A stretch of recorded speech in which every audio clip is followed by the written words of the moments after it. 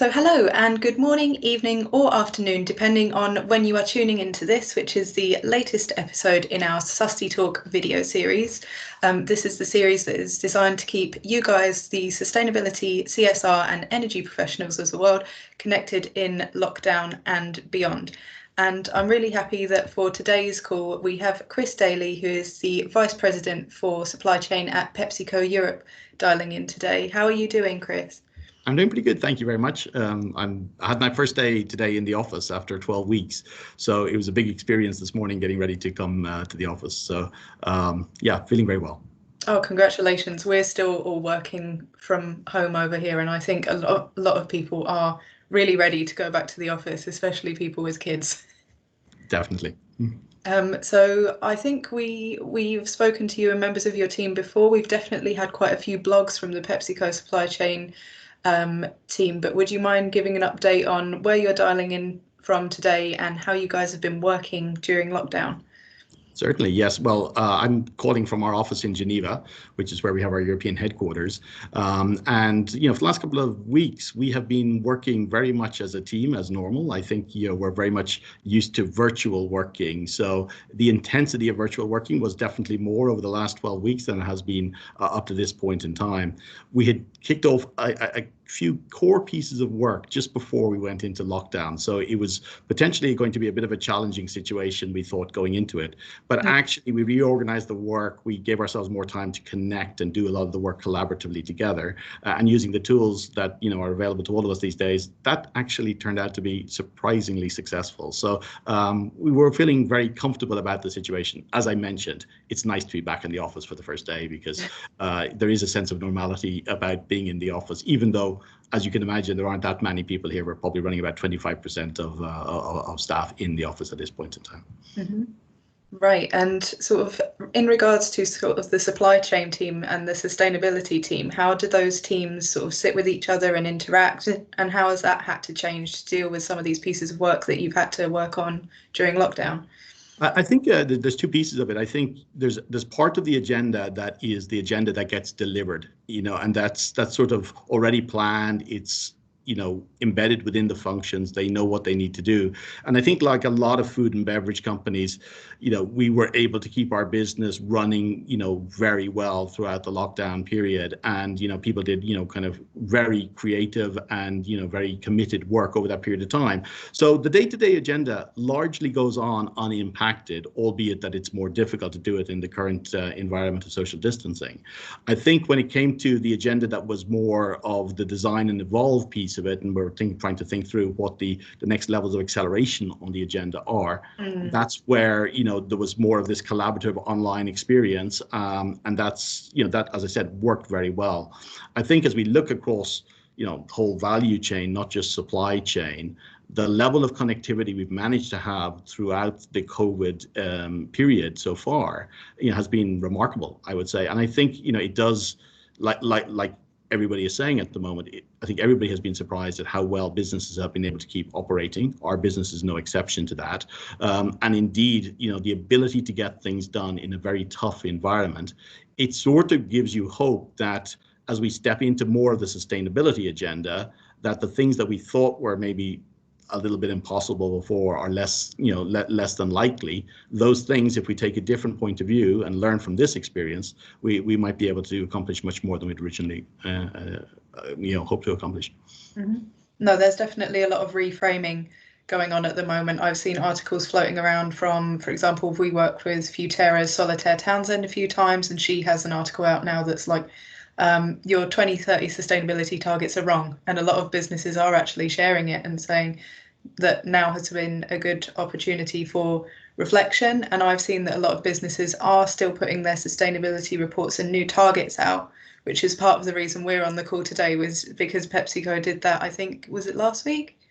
Yes, indeed. We issued our sustainability report about 10 days ago, in fact. That's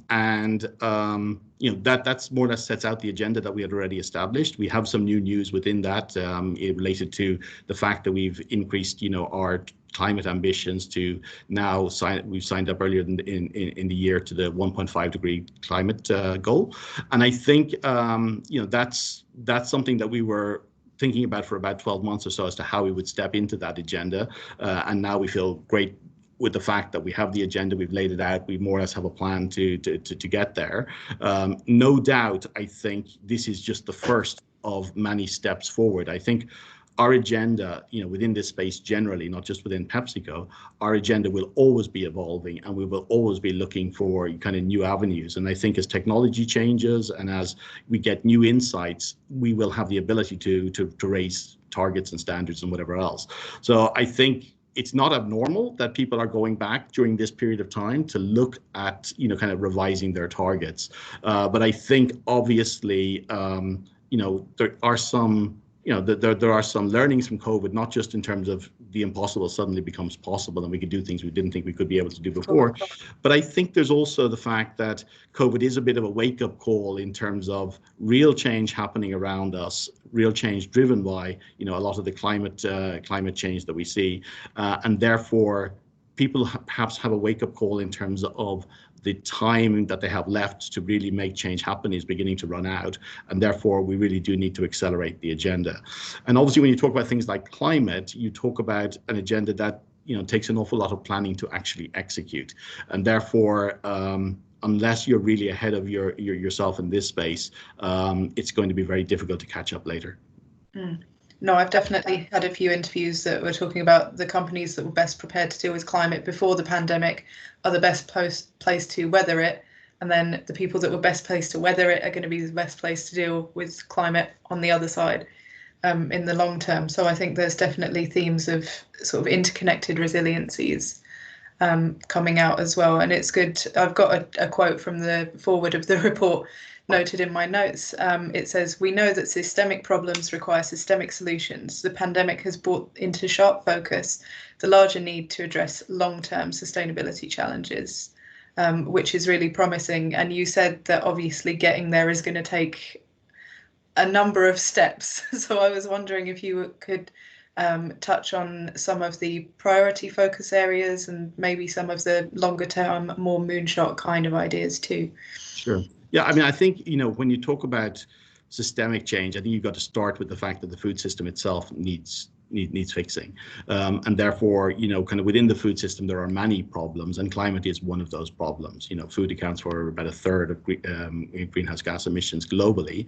And therefore, stepping into food and to agriculture in particular, I think is important. Companies like PepsiCo obviously play very much in that space, and therefore we have, I think, always recognized our responsibility in the space, but I think even more now we're seeing the opportunity in the space, the ability for us to be a little bit catalytic in terms of driving, kind of the change that needs to happen to go forward.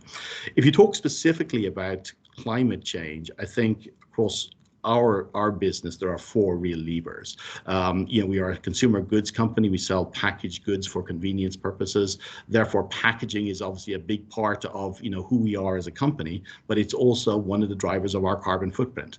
After that, we have to transport our products. That's the second biggest driver. And then the plants are the third biggest driver, so the energy that we use within our factory.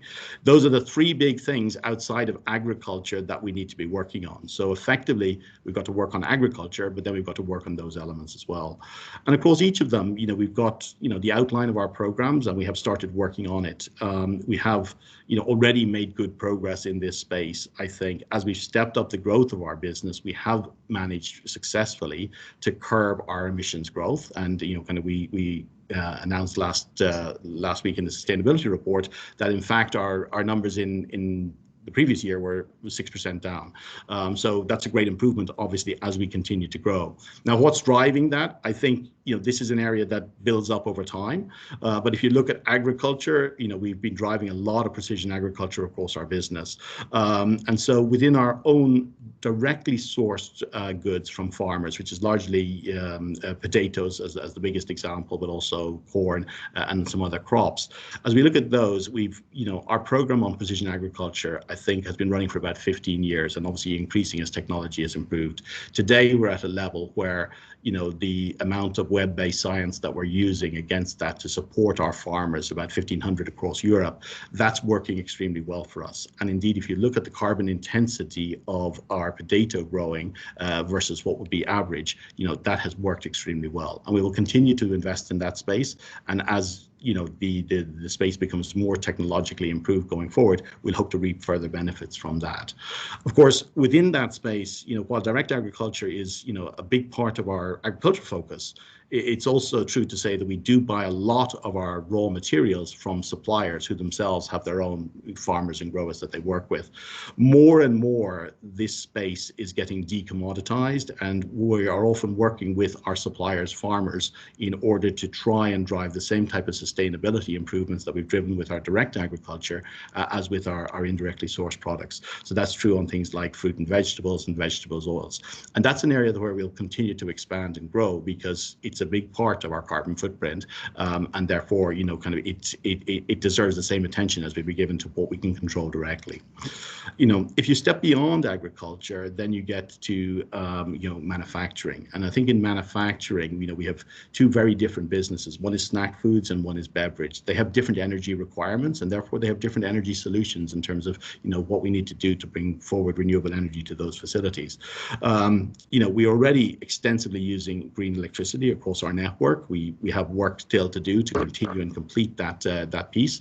But electric power is just a small fraction of the power that we actually use, and therefore the goal is to replace the fossil fuel that we use within our heating processes. And for there, we have been extensively rolling out kind of different technologies, and it's largely been to this point in time, where we think there's a good fit. So where we see the opportunity and we know that it will work for us. That has to change tomorrow to being something that actually we've got to do this everywhere. And therefore, in the process of trying to prioritize what's the way we go forward with that. And there are different technologies that we will trial out and implement over the coming years in order to bring that kind of improvement and renewable energy completeness to our sites. So we feel that we have on agriculture, we have on make a very good agenda. If you take transportation, which is kind of a big piece of what we are, we have two different challenges on transportation. One is we've got very heavy products, which is when we ship Pepsi Cola and our beverage products, versus when we ship air largely, which is kind of when we ship potato chips, because potato chips are extremely light, but they are quite bulky. And therefore, on the one hand, we've got a weight problem on transportation. On the other hand, we've got kind of a cube problem on transportation. Right. An awful lot of the time, we're bringing those two things together so that we actually have the extra space that's on a heavy truck can be used by our light snacks products, and therefore we're taking transport off the road by doing that. So kilometer reduction is a big part of the agenda. I think it has been a part of the agenda for most businesses for the last 10, 15 years, largely because of the productivity gains in times of high oil prices, even more than sustainability driving it. I think once you get beyond that, then obviously you've got to look at different forms of transport, so either intermodal transport or potentially green kilometers, so using vehicles with alternatively powered fuels. All of those are options that we're exploring at the moment. We're very aware of the disadvantages, obviously, of biofuels, and particularly in a world where a lot of land is given over already to agriculture, more than potentially we should be giving over. We need to think about what the right solutions are in terms of transportation. So we have a number of kind of different programs that we are looking at, that we are planning going forward. It's a big space for us, and I think it's probably the most difficult space as we move forward, and we're kind of definitely sort of very much evaluating all the options that we can in that space to work out where we go.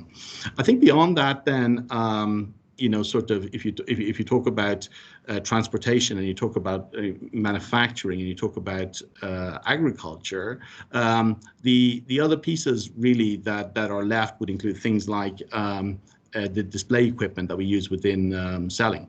So if you go into a store and you see a Pepsi cooler, that Pepsi cooler today is a green cooler. However, the technology is largely improving there, and we can move that forward going forward, and we will do that as part of our programs as well. So these are really the areas where we're looking at. Now, I think if you ask me where the catalytic spaces are going to be, where are the spaces where we'll be trying to drive real change, I think I think, to be honest with you, this is an agenda that is largely broken down into components. The way to drive real change in this space is to go back in and examine your portfolio of products and really have a look at those products in terms of, where the materials are being sourced from, what the product design of the product actually is, both from a content standpoint and from a packaging standpoint, and ultimately design products that are as good or better, but just going back in and absolutely looking at the carbon footprint. So about 2.5 years ago, we started with the Sustainable from the Start program in Europe, where effectively through our stage gate process for bringing new products to life, we have been increasing the capability of the teams to go in and start designing better products for the future. We have taken that more or less as a learning up to this point in time. So getting better products, but doing it by also creating the learning for everybody to get used to the tool. As we go forward, that tool becomes very fundamentally important for us because we will be using it to drive our business going forward. And therefore our product design will be the starting point for which we make future change actually happen. And I believe that is probably the most catalytic space because, of course, in one product, you can capture very many benefits. And some of those benefits are the things that sometimes you don't really see. So, if you have a truck going from A to B, then, to make it green, you've got to, just find a way of doing it. If you've got a product, there are so many different elements of that product that come to life to make that product there, that there's just such a wider space to go after in terms of its design. So in creative product design was certainly part of the journey forward. Mm-hmm. Great. I think we've covered so much ground. I've actually been taking notes while we've been talking. And I just think that you talked about some of the difficulties with decarbonising things like heating processes and transport, and it really is a bit of a chicken and an egg situation. It's like the business case doesn't stack up, but if no businesses uptake this technology, then the costs won't come down and it won't get fine-tuned. And then at the same time, you've got to consider that you're sourcing products from suppliers that are probably also serving other companies as well, which I think raises the question of collaboration and sector participation and driving improvements that won't only benefit yourselves, but the whole food bev sector. So I wanted to touch on some of the collaborative work that you guys are doing at the moment. Yeah, so I think I just make 2 points if I can. One is that in relation, I think, to this whole cost benefit equation, I wonder whether that hasn't changed somewhat. I think businesses are beginning to realize that they need to explore spaces, to understand spaces, and therefore I think you will see an increasing level of investment in this space. I also think within that regard, within Europe in particular, as we look at sort of the European Green Deal, an environment has been created for companies to start working together and collaborate, because as we start seeing the European Union bring new ideas and concepts to the market and making those the standard of business going forward, that helps companies to merge around one idea, and therefore you'll get scale behind that idea, and therefore it'll move forward. So I think the environment is certainly ripe for change right now, and I think the constraints that people have had in the past are probably less of constraints as we move forward. That being said, coming back on your question on collaboration, I think there's already extensive collaboration across, kind of certainly the food and beverage industry. I think largely this exists today on packaging. So you're seeing an awful lot on packaging, but you're also seeing a lot of vertical collaboration amongst suppliers as well. And I think those are two very, very important spaces. I think when it comes to Europe specifically, the opportunity of the Green Deal is not to be missed. I think this is a huge opportunity to really start mobilizing people around a single idea or a single approach. And that in itself will then de-risk a lot of the investment that people need to make. And therefore, it'll hopefully be more fluid investment going forward. So definitely, within our business, we are supportive of everything in the Green Deal, and we would definitely say that the environment, the environment for change has never been more ripe than it is now, and the environment for real collaboration, because I think there's a difference between companies talking to each other and companies really working to come up with solutions that they can share. And I think with the environment that has been established within the European Union, and hopefully, it comes to light following the COVID pandemic, I think what we're going to see is an environment where change happens significantly faster. Companies like ours need to be at the center of that, and they need to be driving it, frankly, because only with critical mass can we move this forward correctly. But from a collaboration standpoint, definitely beyond plastics to more integrated thinking across the food chain. I'll give you examples across our business. I mean, we have a dairy business in Russia, and we collaborate openly with Danone on the environmental space, on carbon footprint, etc. We collaborate extensively with Coke, Nestle, and Danone across different packaging technologies. Our program for flexible packaging is largely through the C-Flex organization, where we combine with multiple organizations to do it. It's not possible for a company like PepsiCo, which has significant scale, but really insignificant scale in terms of making things happen. Because even though we're a big company in the food space, there are a lot of companies in that food space.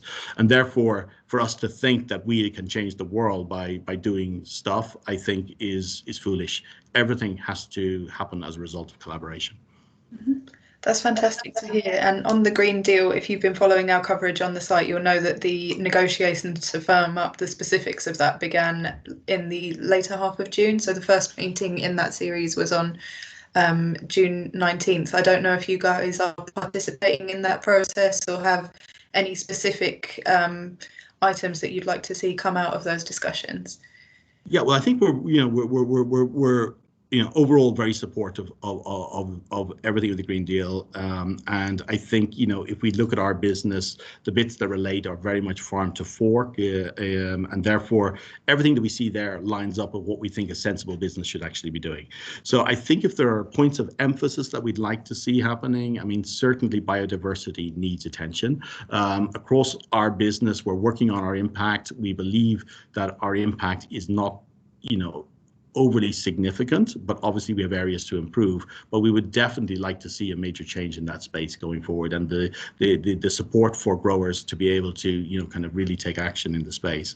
I think the other thing that's important is labeling. Labeling is very important because ultimately I think a single standard makes change happen, and therefore single standards on labeling so that consumers can absolutely know what to do with packaging when they finish with a product, but also the content and the environmental footprint of the product is critical. So a better informed consumer is the best way to drive change, and I think that was evident, after kind of David Attenborough's program on plastic in the ocean. Once the consumer was informed, it mobilized an awful lot of activity, and I think the more the European Union's program can help to inform and better inform consumers, the more likely it is that companies will react, and that will help to speed things up. So I think that's very important. I think we would like to see more standardization as well across markets, particularly when it comes to packaging and recycling. So today, food contact policies, are different in many markets. The standards for recycling and food grade plastic recycling, etc., are often a challenge for recyclers. This limits the flows and therefore creates an imperfect market. And therefore, I think when we look at the Green Deal, we should be looking at what's not working in the value chain today in so many different places, whether it's in the food system or whether it's in the recycling and packaging system, and try to make sure that this program gets us beyond that. Mm-hmm. Well, thankfully, I think that biodiversity and labelling are some of the buzzwords that I've been having to write a lot in my headlines. So I really hope that you do get what you'd like to see in those areas. But for now, Chris, I think we're running out of time on the video. So thank you so much for coming on the call. Pleasure. And for everyone listening, reminder that this is one in a series, and you can view all of our past episodes on our YouTube and on our website, and that there will be new episodes coming every week. So in the meantime, thank you for tuning in and keep up the Susty Talk.